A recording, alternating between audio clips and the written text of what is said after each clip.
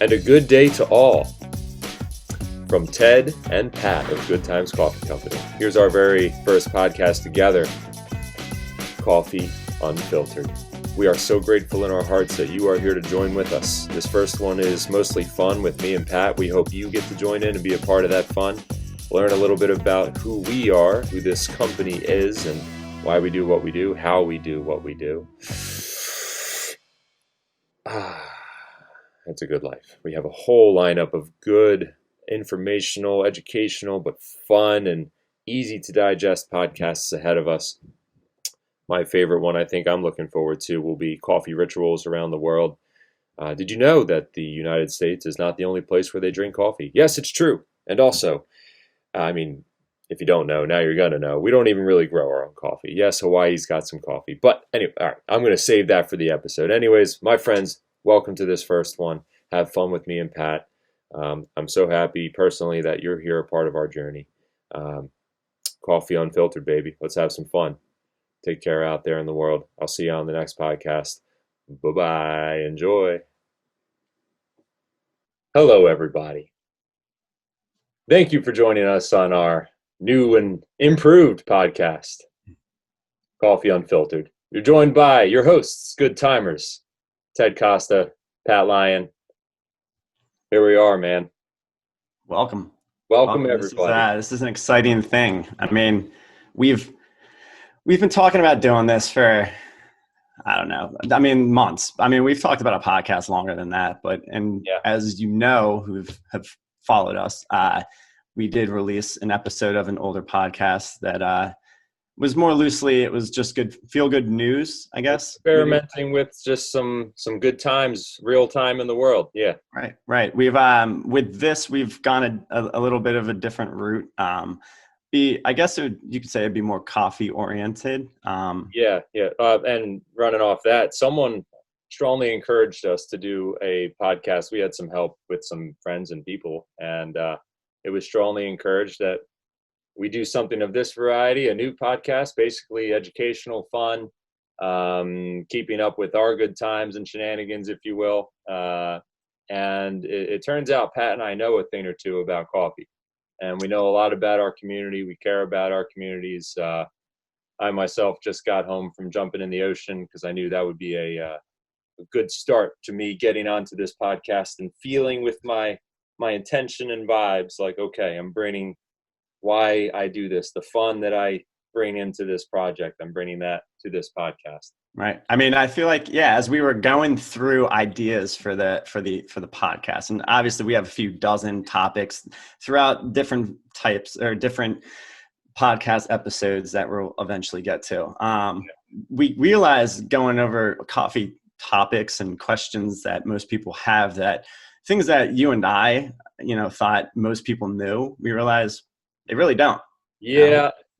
Through no fault of anyone's, life, really. No one's in the coffee business like the Ted and the Pat. And we've come to learn a few things over our 3 to 4 years in existence almost at this point. And we have different beans now. We got different varieties, different processes than what we started with, different logistics. But there's still some people that still some old methods of business that we've been continuing through with while we've been doing the project. That is Good Times Coffee Company. So I think for our first podcast, what we're going to talk about heavily is basically who we are. Many of you listeners, I am positive. I already know Ted and Pat. Who we are. Yeah. You guys are awesome. We love you. But it's time to keep the gravy train rolling, baby. It's time to spread the good times, because we have found that we are doing quite a few things right in this world. We feel really strongly about the way we do things with our coffee, the way it is, meaning how it tastes and how it's roasted, and we take care in the brewing process, and we get in touch with our customers on how to do it right. But there's a lot of really heartfelt sentiment that goes into all this this coffee business.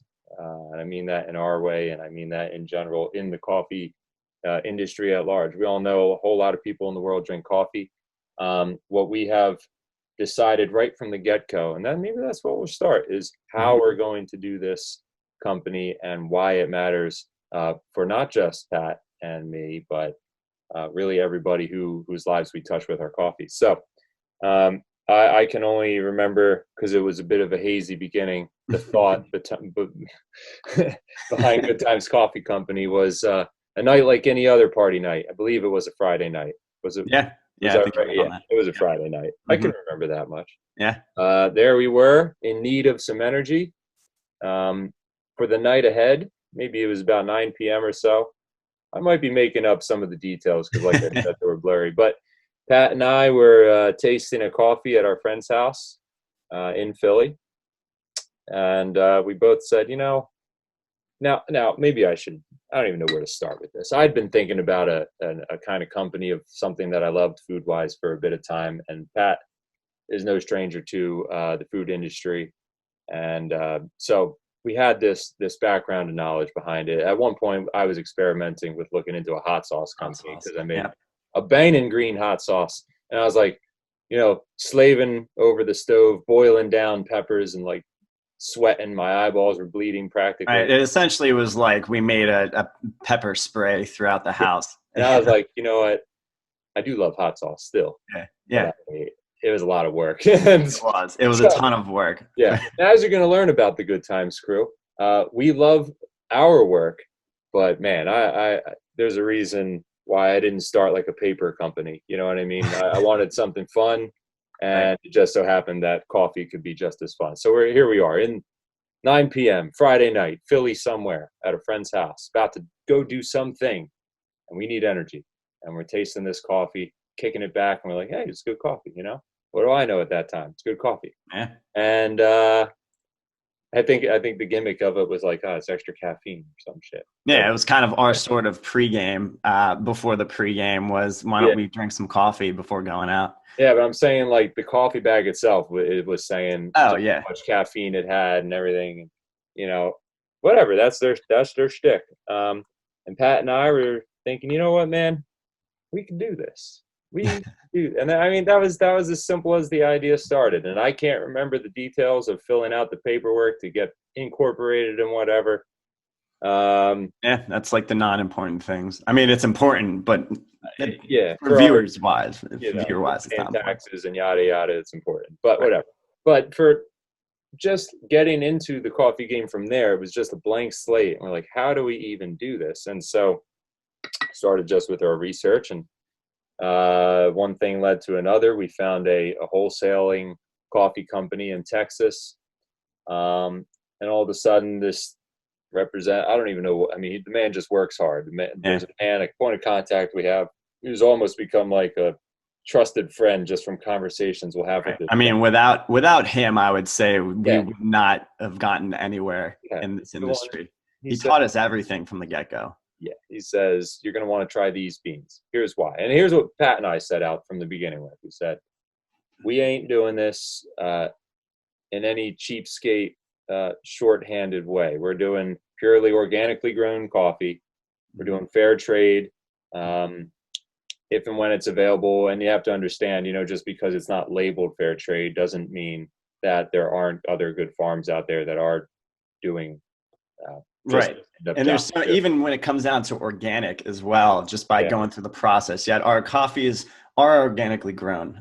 We don't have the official label on our coffee saying that it's so, and that's mostly due to the long process it takes to even get certified, along with financial reasons and all that. But do that a whole nother podcast, right?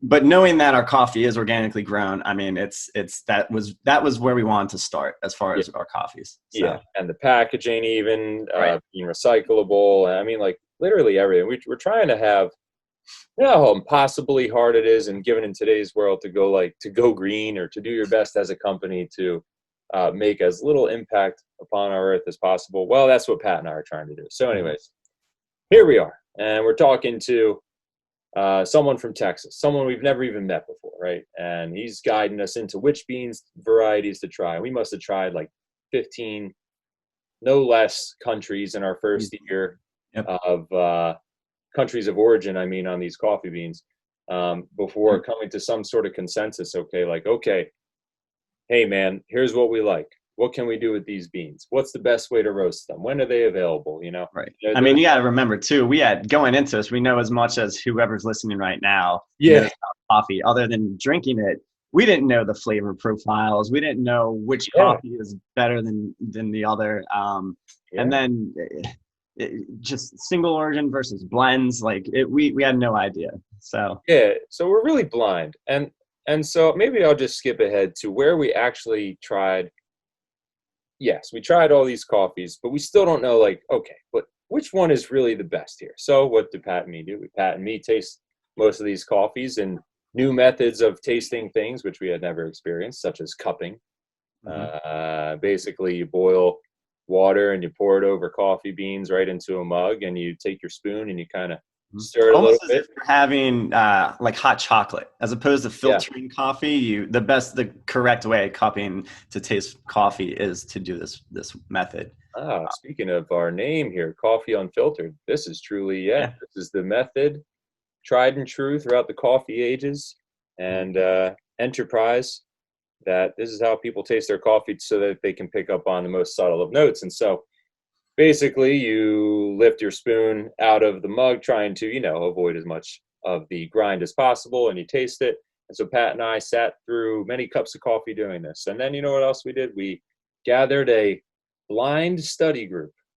Mhm. Is that what you would call what we did? Yeah, I would call it that, which I think to this day for me was one of the most it was probably one of the best memories I have of starting Hmm. up this company, only because one, it was the feeling of actually progressing as a company and getting closer to actually releasing product, but two, being able to incorporate friends and family to try our just things we've been working on for months. I mean, we were making blends of different coffees. Once again, we didn't know what exactly we were doing, just based on off of pure taste. Yeah, And we purely figured taste. We're get just as going many on. Yeah, people in on it as possible. And that's where this tasting party essentially that we had. it became a Sunday tasting party around 2 p.m. Mhm. Yeah. Yeah, we had 12 people, 12, well, that might have been including us, or maybe Yeah. even not including us. Random neighbors, friends, new and old, get together. And we sat through 12 different tastings of different coffee blends. Uh, we might have done some single Yeah, I origins think here. we did a few, but mostly Yeah. blends is where we were going with that one. And so this was in like 2018. We're sitting down. Finally, Pat and I'm going to skip through it and save it all for different topics other days on how we eventually got coffee roasted in our house, because there's so much more that we had to figure out. Roasting, origins, Mhm. what coffee, how's it going to be roasted? Man, that's for another day. Just for Right. the purposes, like you said, maybe one of our most important days ever, but just having friends and families come sit down. Okay, here, try 2 ounces each of 12 of these coffees. We're all sitting there like sweating. I'm like sweating, Yeah. sweating in the sun. Yeah. I mean, I was wired that We're day. I drinking. mean, People are running to the bathroom to pee every second because we're yeah. drinking water in between our coffee, and like lemon water and ice water and everything you can do to try and taste 12 different coffees, and after a while still be able to distinguish, like, oh, these are different coffees. But Right. luckily we could do that, and so we eventually, it came to be that we found a blend that most people had liked. Pat and I also blindly uh Yeah. I mean, I would say almost unanimously. I mean, we ranked it obviously on a number scale, but I'd say that the top three blends that we came up with were mhm.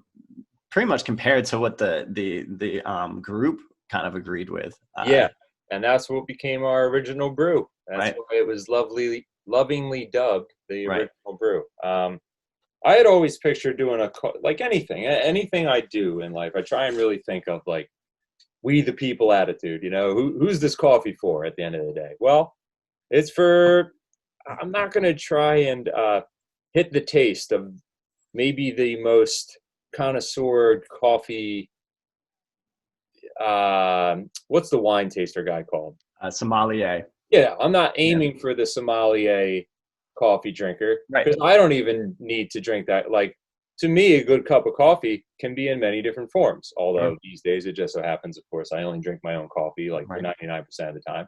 But that's because I know where it's coming from. I know everything about it, and I love it to death. Hmm. Um, but I mean, I really just wanted to, okay, here's a fun cup of coffee. Yeah, Pat and I went through all the economics of it. What's available? At what price? What can we? We can't.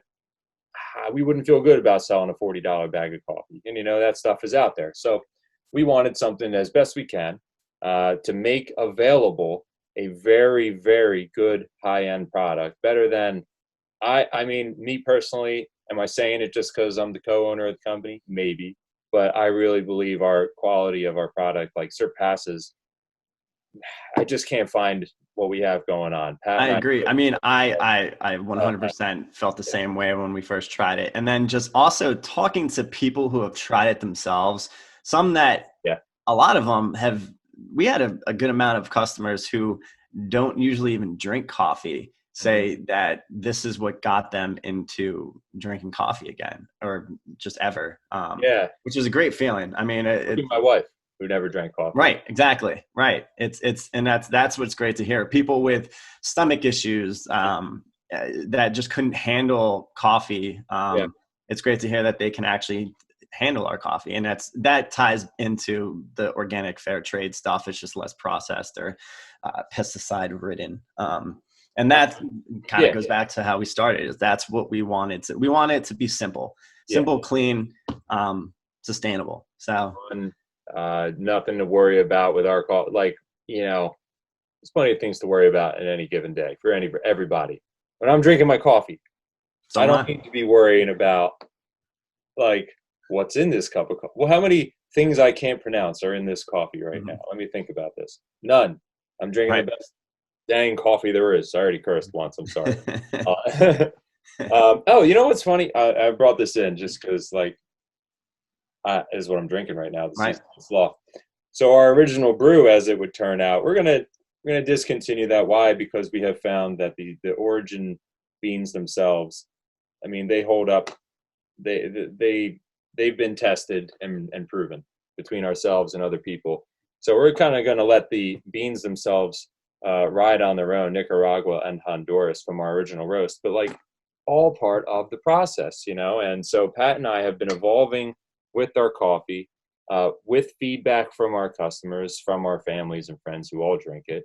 You know, this project has been help from people in the industry, uh, from the wholesalers to the roasters. I mean, we were to people logistically getting the coffee from here to here, uh, Yeah. I mean, and it's basically it's the people we've met along the way, which has really helped yeah, us out. I mean, there's so much camaraderie in this industry that we've learned throughout the years that we've been in it, yeah, which is so rewarding. yeah, Not just, I mean, just everyone that has had a part in our growth yeah. it's amazing.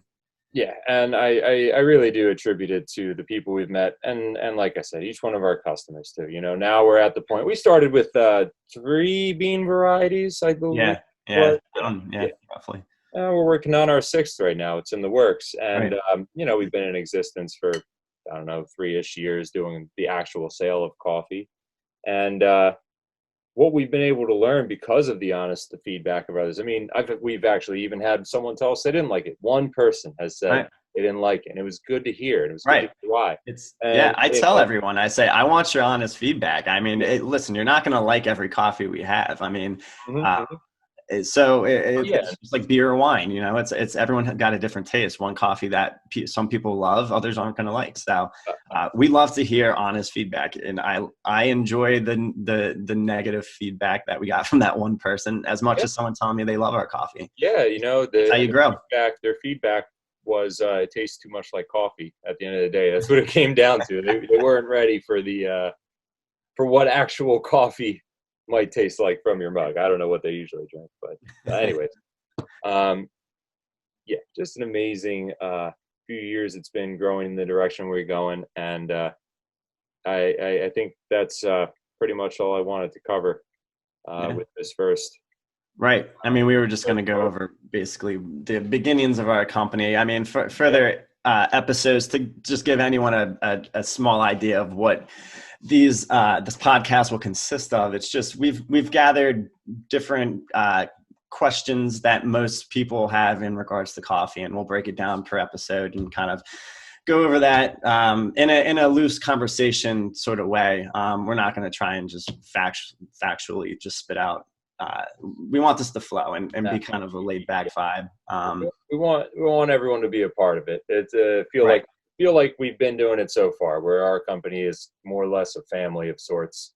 And that's what I believe the podcast will be. And in which, I mean, it's all stuff we find extremely interesting. I believe a lot of the world can, a lot of listeners will learn about other corners of the world too, that maybe Right. help enhance, enliven your own life, you know, a little Right. bit of spice in your own life, just to learn about, like, I can't wait to do a podcast on the rituals of coffee, Right. different cultures around the world, and how coffee is celebrated and drank, and in what ways, when during the day. You know, Right. America is not the only way people drink coffee. Coffee's not Yeah. even grown in America. Yeah, You it's not. know? So, Well, technically only one, well, Hawaii. That's that's it. mainland Yep. states now. But yeah, I mean, that's something that I've personally learned, and I find the most interesting that I've learned along the way is the history of these countries with coffee. There's so much. We'll get into that in a different episode. Actually, we have plenty of episodes coming up where we'll get into different aspects of the coffee in different countries. But that just there's so much history involved in coffee that is I don't know, fascinating to me. Yeah, we're out here doing the best we can for you, the consumer, at the end of the day, and we believe everybody has their choice in how they support others and spend their dollar, or et cetera, et cetera. And we want to make sure that it's the best way, not just for ourselves, but really the people who are part of this, the world at large. We have this all in mind, and it's all going to be included in our podcasts going forward. So, Coffee Unfiltered, here we are. There it is. Thanks, Pat. Pat, I'm so happy we're doing it together. Yeah, I know. That's what saying. I wouldn't be able to do it without you. So am right. And yeah, me too. I wouldn't be able to do it without you. So thank you. Peace and love, everyone. We're going to tell you how to go check us out, see more about who we are at gtcoffeeco.com.